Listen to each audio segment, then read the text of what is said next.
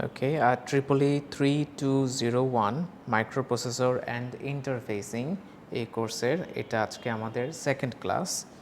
আজকের ক্লাসে আমরা মাইক্রোপ্রসেসর এবং মাইক্রোকন্ট্রোলারের কিছু বেসিক ডিফারেন্স আলোচনা করব। এখানে ছক আকারে স্ক্রিনে অলরেডি দেখতে পাচ্ছেন। এখানে কয়েকটা আমরা পার্থক্য দেখব, মাইক্রোপ্রসেসর এবং মাইক্রোকন্ট্রোলারের কী কী তফাৎ আছে। আর তার পরপরই আমরা শুরু করব মাইক্রোপ্রসেসরের বেসিক যে ফিচার্স এবং এর যে ফাংশনালিটি, যেসব বেসিক জিনিস আমাদের জানার দরকার ওগুলো নিয়ে আমরা আলোচনা শুরু করব। আর মাইক্রোপ্রসেসর পড়া শেষ হয়ে গেলে তারপরে আমরা চলে যাব মাইক্রো কন্ট্রোলারে এবং পাশাপাশি আমরা ইন্টারফেসিংয়ের কাজটাও দেখব। আচ্ছা, তো শুরু করে দিই তাহলে। মাইক্রোপ্রসেসর এবং মাইক্রো কন্ট্রোলারের মধ্যে বেসিক কয়েকটা তফাৎ আছে, এই কয়েকটা জিনিস আমাদের একটু গুরুত্ব সহকারে জানা দরকার। যেমন প্রথমেই গত ক্লাসেও এই সম্পর্কে কিছু হালকা পাতলা আলোচনা হয়েছিল। আমরা দেখি প্রথমটা হচ্ছে মাইক্রোপ্রসেসর একটা কম্পিউটার সিস্টেমের হার্ট হিসেবে কাজ করে। এটা হচ্ছে আমার মূল যে চিপ একটা কম্পিউটারের, একটা মোবাইল ফোনের, সেটা হচ্ছে আমার মাইক্রোপ্রসেসর। আর মাইক্রো কন্ট্রোলার যদি দেখি তাহলে সেটা একটা এমবেডেড সিস্টেমের হার্ট হিসেবে কাজ করে। এমবেডেড সিস্টেম আর কম্পিউটারের মধ্যে যদি আমরা তফাৎ করি তাহলে বলা যায় এমবেডেড সিস্টেম হচ্ছে বেশ ছোট পরিসরের একটা সিস্টেম কম্পিউটারের তুলনায়। সো মাইক্রো কন্ট্রোলার তুলনামূলক একটু কম অ্যাডভান্সড লেভেলের কাজ করে, সে একটু তুলনামূলক ছোট পরিসরের কাজ করে। মাইক্রোপ্রসেসর অনেক অ্যাডভান্সড, অনেক হিউজ, অনেক কমপ্লিকেটেড কাজ সে করতে পারে, যেহেতু সে একটা কম্পিউটার সিস্টেমের অংশ হয়ে কাজ করে। আর মাইক্রো কন্ট্রোলার একটা এমবেডেড সিস্টেমের মূল পার্ট হয়ে কাজ করে। আচ্ছা, তারপর আমরা আগে যাই। আমাদের যে গ্রিন কালার বাম দিকেরগুলো হচ্ছে মাইক্রোপ্রসেসরের আর ডান দিকেরগুলো মাইক্রো কন্ট্রোলার। তারপরে সেকেন্ড আরেকটা তফাৎ হচ্ছে এর আইও এবং এর মেমোরি পোর্টগুলো নিয়ে। যেমন মাইক্রোপ্রসেসরের মধ্যে এর নিজস্ব কোনো মেমোরি বা ইনপুট আউটপুট পোর্ট নাই। ইনপুট আউটপুট যে কম্পোনেন্টগুলো সেগুলো এক্সটার্নালি কানেক্ট করা থাকে মাইক্রোপ্রসেসরের সাথে। আর মাইক্রো কন্ট্রোলারে অপরদিকে এগুলো একসাথে একটা প্যাকেজের ভিতরে থাকে।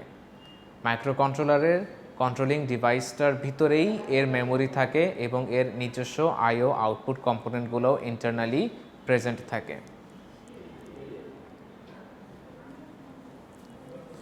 তারপরে তফাৎ হচ্ছে এর কমপ্লেক্সিটি নিয়ে। মাইক্রোপ্রসেসরের কানেকশনটা, এর যে ইন্টারনাল সার্কিটটা সেটা অনেক কমপ্লিকেটেড থাকে, যেহেতু আমাকে এক্সটার্নালি মেমোরি, বিভিন্ন রকমের আইও আউটপুট কম্পোনেন্ট যেগুলো থাকে ওগুলোকে আমাকে এক্সটার্নালি কানেক্ট করতে হয়।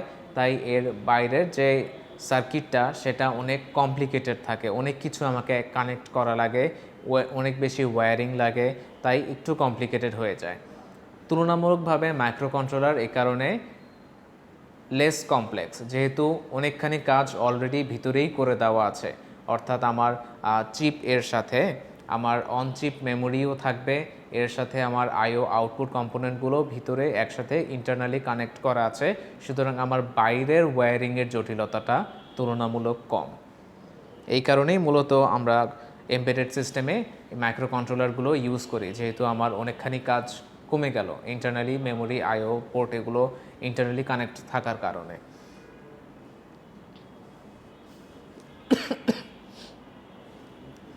আর ঠিক আগের এই কমপ্লেক্সিটির পরেই ওখান থেকে আমার পরের পয়েন্টটা আসবে। আমার যদি আমি কম্প্যাক্ট একটা সিস্টেম ডিজাইন করতে চাই, কম্প্যাক্ট মানে হচ্ছে সাইজে একটু ছোট এবং একটু তুলনামূলক কমপ্লেক্সিটি কম, এরকম কম্প্যাক্ট একটা সিস্টেম যদি আমি তৈরি করতে চাই তাহলে মাইক্রোপ্রসেসর এর জন্য এফিশিয়েন্ট কোনো সলিউশন হবে না, সেটা ইনএফিশিয়েন্ট হবে, কারণ এর ওয়্যারিং এবং কানেকশনের জটিলতাটা একটু বেশি। কিন্তু অপরদিকে মাইক্রো কন্ট্রোলার আমার জন্য সুবিধাজনক হবে আমি যদি একটা কম্প্যাক্ট সিস্টেম তৈরি করতে চাই। আর আমাদের যাবতীয় যত রকমের স্মার্ট গ্যাজেটগুলো আছে, আমাদের আইওটি সিস্টেম যতগুলো আছে সবগুলোই কম্প্যাক্ট সিস্টেম, সবগুলোতেই এমবেডেড সিস্টেম থাকে, তাই প্রত্যেকটাতে আমরা মাইক্রো কন্ট্রোলার ইউজ করে থাকি। আমাদের এটাতেই বেশি সুবিধা পাওয়া যায় এই কারণে। তারপরে হচ্ছে এর ইন্টারনাল কিছু কম্পোনেন্ট নিয়ে বলা হচ্ছে। মাইক্রোপ্রসেসরের মধ্যে রেজিস্টার খুবই কম থাকে। রেজিস্টারকে একরকম বলা যায় টেম্পোরারি মেমোরি।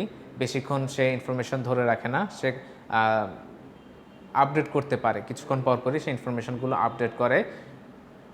এইরকম রেজিস্টারের সংখ্যা মাইক্রোপ্রসেসরে কম, বরং এর মেমোরি বেশি, মানে হচ্ছে তার অ্যাকচুয়াল যে র্যাম রম যে মেমোরিগুলো ওগুলোই বেশি। অপরদিকে মাইক্রোকন্ট্রোলের মধ্যে রেজিস্টারের সংখ্যা বেশি। এই কারণে যেহেতু রেজিস্টার তুলনামূলক রিড এবং রাইট করাটা সহজ এবং দ্রুত ইনফরমেশন আপডেট করা যায়, তাই ছোটোখাটো কম্প্যাক্ট কাজের জন্য মাইক্রোকন্ট্রোলারটাই আমরা বেশি ইউজ করি। মাইক্রোপ্রসেসরের মধ্যে কোনো মাইক্রোপ্রসেসরের মধ্যে একটা জিরো স্ট্যাটাস ফ্ল্যাগ আছে, যেটা আমরা মাইক্রোকন্ট্রোলারের মধ্যে পাই না। জিরো স্ট্যাটাস ফ্ল্যাগটা কি সেটা আমাদের ডিসকাশনের পরেই চলে আসবে কিছুক্ষণ পর। আর তারপরে বলা হচ্ছে যে কোথায় কোনটা ইউজ করা হয়। মাইক্রোপ্রসেসরগুলো আমরা মূলত পার্সোনাল কম্পিউটারে ব্যবহার করি, এবং মোবাইল ফোনেও এখন অনেক অ্যাডভান্সড মাইক্রোপ্রসেসর ব্যবহার করা হচ্ছে। আর অপরদিকে মাইক্রোকন্ট্রোলার কোথায় আসে দেখেন, ওয়াশিং মেশিন, এয়ার কন্ডিশনার, এই জাতীয় একটু ছোট পরিসরের যে আমার গ্যাজেট ইলেকট্রনিক্স কম্পোনেন্টগুলো আছে সেগুলোতে আমরা মাইক্রো কন্ট্রোলার ইউজ করি।